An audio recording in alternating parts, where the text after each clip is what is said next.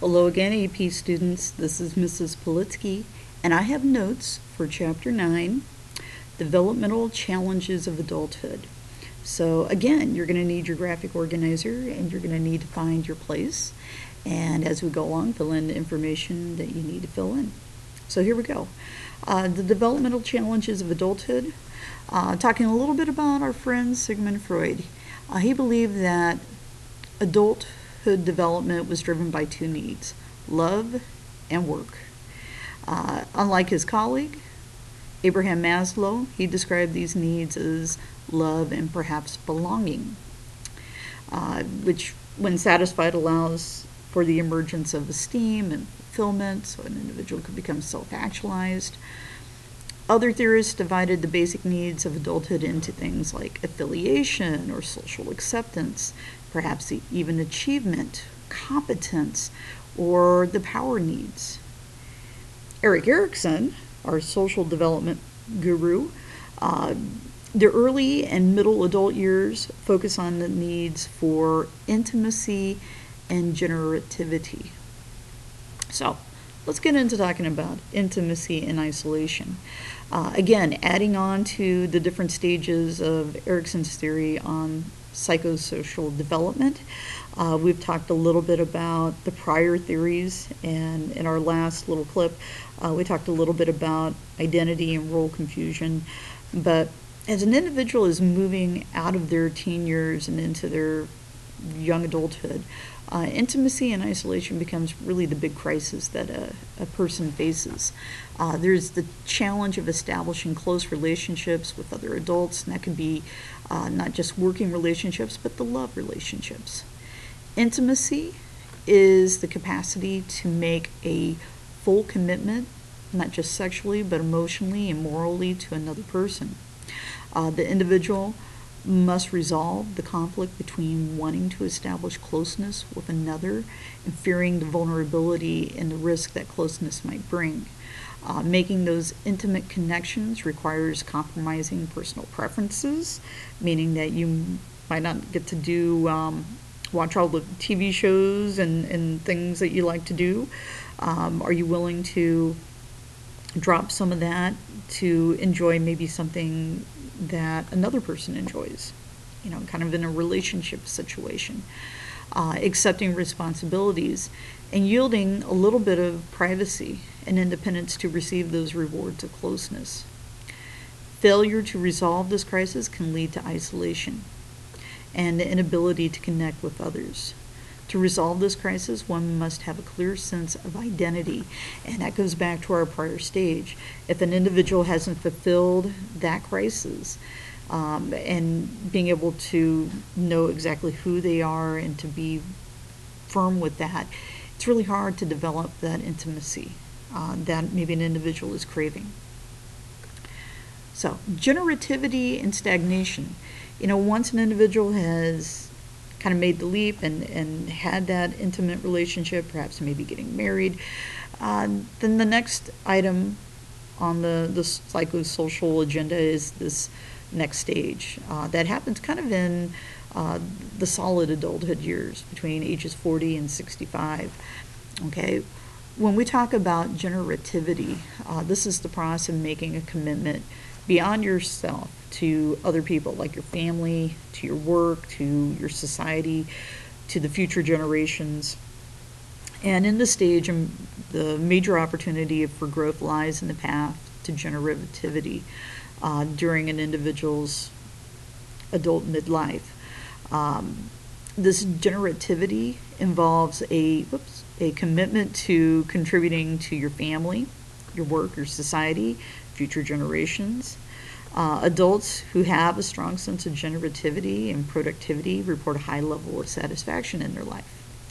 Those who have not resolved those earlier crises, such as identity issues and perhaps maybe intimacy issues, unfortunately, they might experience what is known as a midlife crisis. And a midlife crisis is usually when an individual gets perhaps maybe to, their 40s, or perhaps maybe right around their 50th birthday, and they just kind of have this meltdown, and I wouldn't necessarily say it's an emotional meltdown, but it may be a situation where they had been in a long-lasting, maybe married relationship, and for some reason that all ends, and maybe they go off and they try to find new relationships, or maybe they feel like they need to quit their job and go find a new job or something of that nature.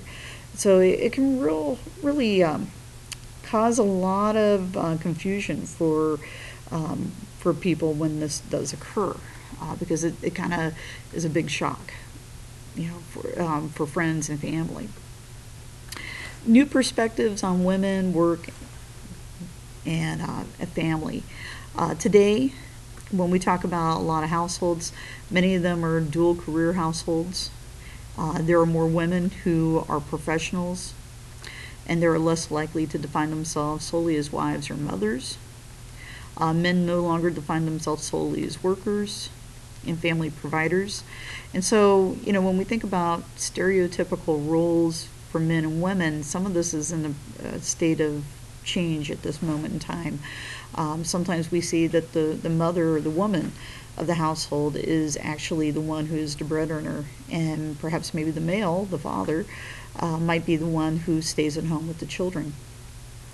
Our population is becoming older as people live longer, and at the beginning of the 20th century, only about 3% of the population was over the age of 65, which, it's kind of a shocker in this day and age, considering that at least 13%, if not more, are over that age. We're at a time right now that we see more people who are reaching the status of being a centurion, being that they reach age 100.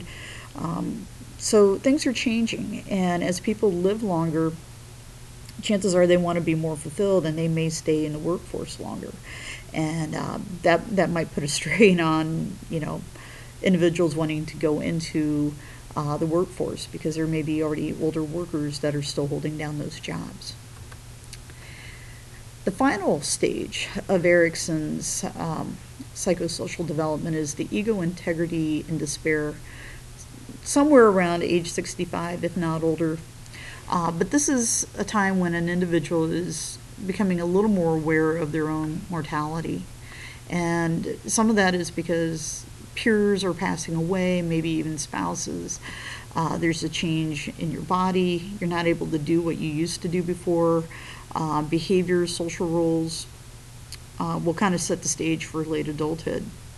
Ego integrity basically means that an individual has a healthy end of a long life. They look back on their life without any regrets. There's a sense of wholeness, worth, compared to those who might have that crisis where there's a little bit of futility, maybe feeling of a sense of failure, despair, self-deprecation, where they feel like they haven't done enough, and that there's a sense of guilt for that.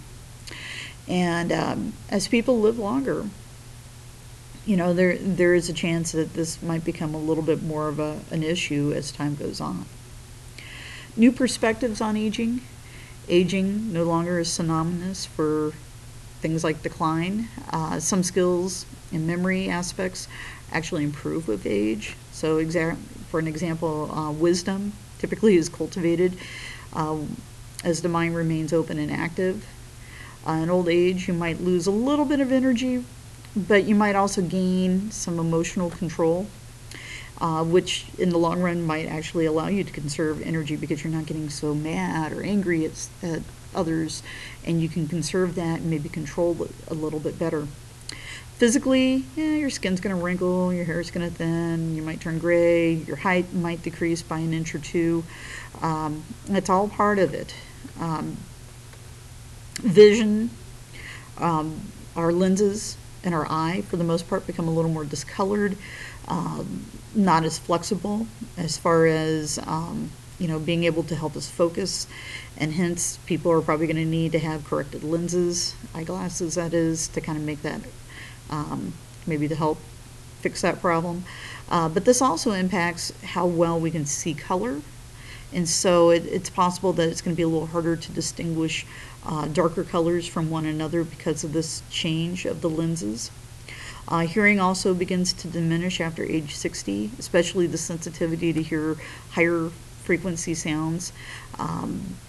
This is not just a gender specific kind of thing. This impacts both males and females. But as time goes on, if an individual hasn't had this corrected, it becomes a little more obvious. All right. Other perspectives on aging, cognition, or your ability to think and problem solve. Certain parts of the frontal lobe might lose a little bit of mass as we age, and this might be evidence to kind of assume that a person's having a kind of a mental decline. Older people acquire information slowly, especially as they're entering into their 70s and 80s, and by then, older people, for the most part, show declines in cognitive abilities as far as problem solving and maybe even memory. Brain imaging suggests that as the brain gets older, people compensate by processing information a little bit differently, and they might bring more regions of the brain into play. And this is one way to help people remember things maybe a little differently. That's a kind of a neat adaptability that some people have as a way to be resourceful here. There's also some evidence that with moderate exercise, an older adult might be able to forestall or even improve some of their mental abilities. When we talk about vocabulary and social skills, they're consistently better in older adults than they are in younger adults, which is a boost for our old aging population here. Memory might not be as good, but many older adults have the ability to access events that occurred long ago. As for new acquaintances, they may have to ask their names once or twice, if not more, to remember them. When we talk about the disease aspect, Alzheimer's, which is a degenerative brain disease kind of associated with decreased levels of acetylcholine when we talk about neurotransmitters.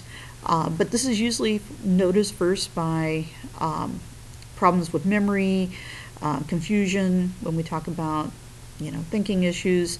But early signs primarily are the memory problems, perhaps anxiety due to not being able to recall a name or a set of directions. Socially, many seniors outlive some of their peers and family, along with reduced mobility, makes some people a little less socially active. But there's some proof that maintaining at least a single intimate relationship can improve upon personal health. And so there's a lot of research on how important it is for some of our seniors maybe to have a pet.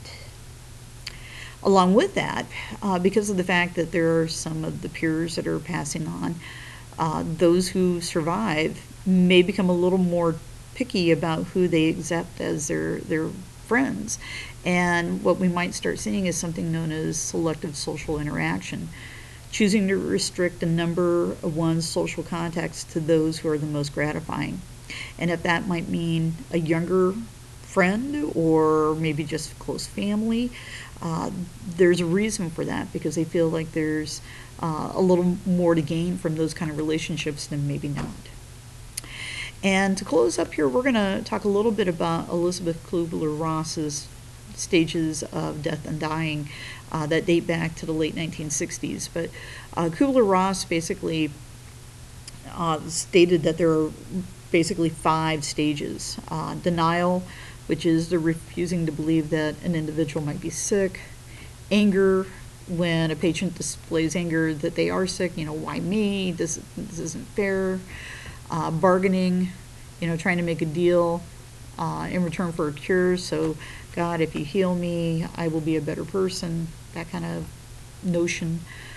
Depression, and this might be impacted by the amount of sleep, loss of appetite, and then finally the last stage, acceptance.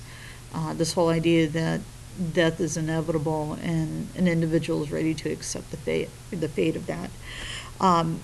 It was kind of once believed that if an individual was going to go through these stages, that they would go through them in order.